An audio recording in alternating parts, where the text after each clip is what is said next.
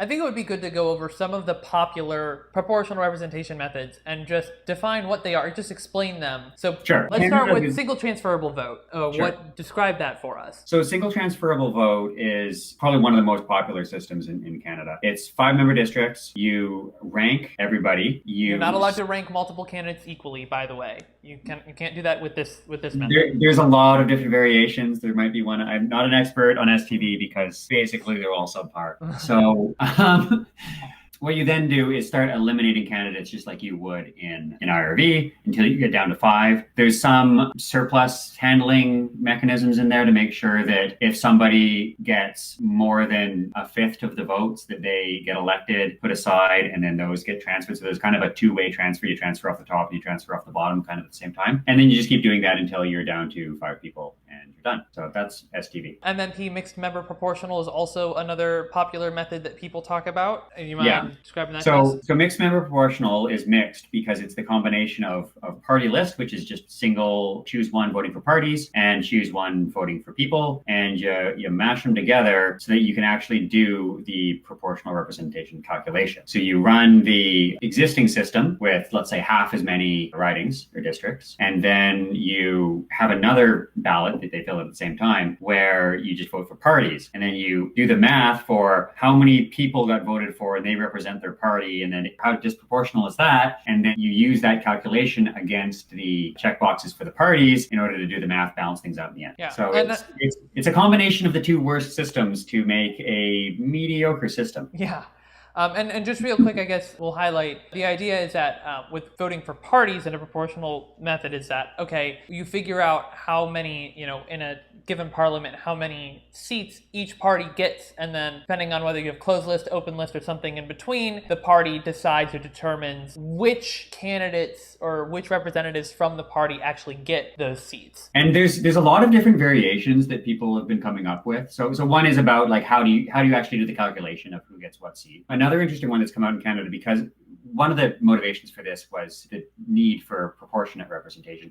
Another one is the complaints about lack of like accountable representation. And so what they're doing is they're doing the calculations in smaller and smaller districts. So you'd actually like take 5 areas together and then do the calculation within there. Some of these don't, ironically enough, don't end up actually being proportional by some definitions. So the one proposed for Quebec, I don't think it passes the Hare quota criteria, which is like a pretty standard way to define proportionality. The more they try and fix one thing, they're rubbing up against other things. And so like I said, combining two systems to make a mediocre system. If I was to choose the best MMP system, I would choose dual member proportional, which is probably, I don't know if the inventor, I think his name's Sean Graham, if he'd actually classify it as a type of MMP, but it kind of is. So you get one vote, but that vote counts both for your party and for the candidate. And then you do some math and you get 2 people from each riding, dual member. But the math is done across the whole area. It has some issues, but I think it's better than any of the other MMP systems I've seen. We had mentioned allocated score and sequentially spent score. And so if you want to describe those so people have an idea of kind of like where the science is at right now in terms of talking about some of these cardinal proportional methods. Those are, like I said earlier, pretty similar systems. So there's score ballots, something like 5 members per district. And the first winner in both systems is the same. That's the person in the district with the highest sum of score. After that, the distinction between the two systems is that in sequentially spent score, you subtract off the amount of score they gave to the winner from their total. So you have 5 star or score points at the beginning. You voted 3 for the winner. Then your vote weight is now 2/5. So you spend 3 of 5. Like spending is in the title. So you think about spending, you're spending your $5 or whatever. You have 2/5 left. Everything else on your ballot is then scaled to be 2/5 as powerful as it was beforehand. In allocated score, the idea isn't to reweight, but to try and get the most favored people. So you rank everybody by how much they scored the winner, and you take the top Hare quota. And then that causes different ballots in the next round, and the two systems will diverge from there. But you keep selecting by the sum after the different reweighting or allocation, and you keep going until you get 5. So those are those two systems. Place voting is actually choose one method. There's single winner districts, but the idea is that what are you choosing? Person? So you're choosing a person, but that candidate candidate on your ballot. So on your ballot, you have all the different candidates who are running in your district plus a line for write-in. And we'll come back to that write-in line in a moment. Right. But then after each candidate is a list of other candidates or parties, entities, I say, and there's some specifics about it that aren't important for this conversation. The idea is that your candidate you voted for gets eliminated,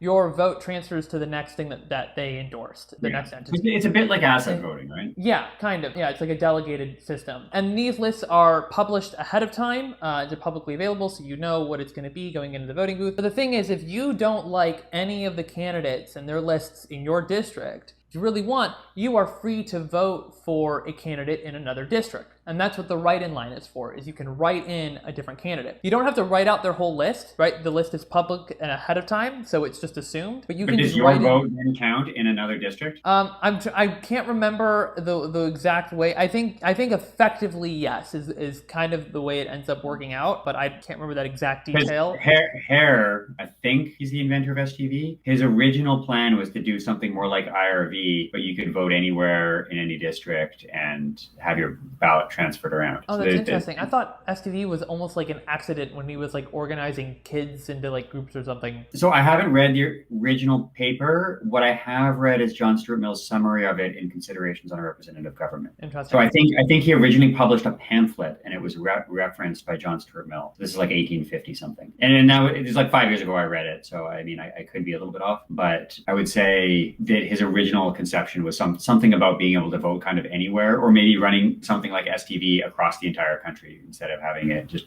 5-member district. But it quickly becomes complicated, right? Yeah, but so some of the advantages of place specifically for the United States is that all right, so right now Congress has a law in place. It could totally be repealed. It's not in the Constitution. It's not an amendment that prohibits multi-winner districts for the U.S. House of Representatives. And so this is something that a large state could, with many representatives, could pass and still retain the single winner district, retain the precinct some ability, so you don't sacrifice election security. You don't need new voting machines because there's still just choose one at the end of the day. You do need to redesign the ballots, but you can use the same machines. And you can get proportionality in this way. And you are, even though it's only choose one voting, through this delegation process, this endorsement process, this asset voting process, you are sort of able to artificially increase the level of expressiveness on the ballot in a way. And so that's what I like about place for the United States, is that it checks some of these peculiar boxes that are very difficult and important in the US that make it